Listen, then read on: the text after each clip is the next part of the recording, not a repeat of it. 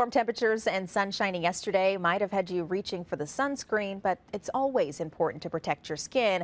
Joining us to help just that is Dr. Duane Dilworth, founder of Deluxe Dermatology. Glad to have you with us this afternoon. I'm happy to be here. Okay, we're going to Thanks for talk having about me. skin today. How can people protect their skin? So there are many ways you can protect your skin, especially from the sun. The most common one that you want to do is to physically protect your skin. So that includes using things like protective sunwear or clothing that can provide that. You can wear sunscreen as well.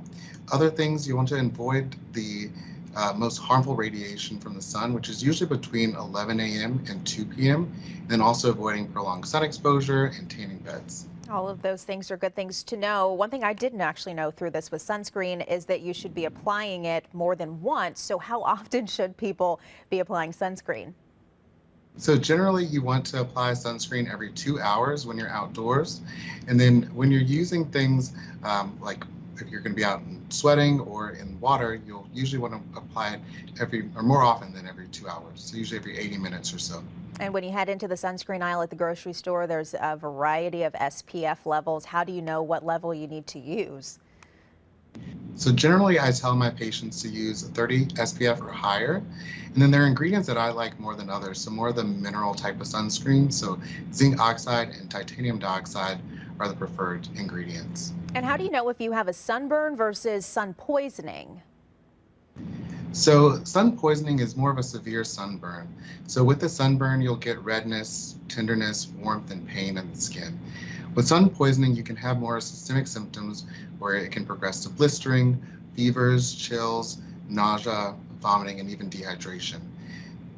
That sounds much, much worse. So what are the best ways to treat it if you think that you actually do have sun poisoning?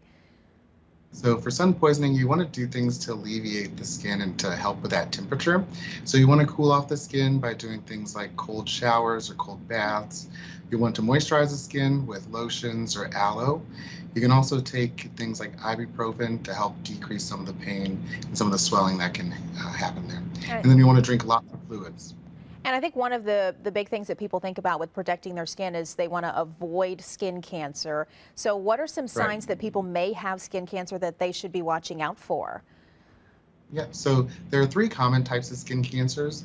The first is melanoma. So those are the moles that we have that look abnormal. So the rule that I use are the ABCDE rules.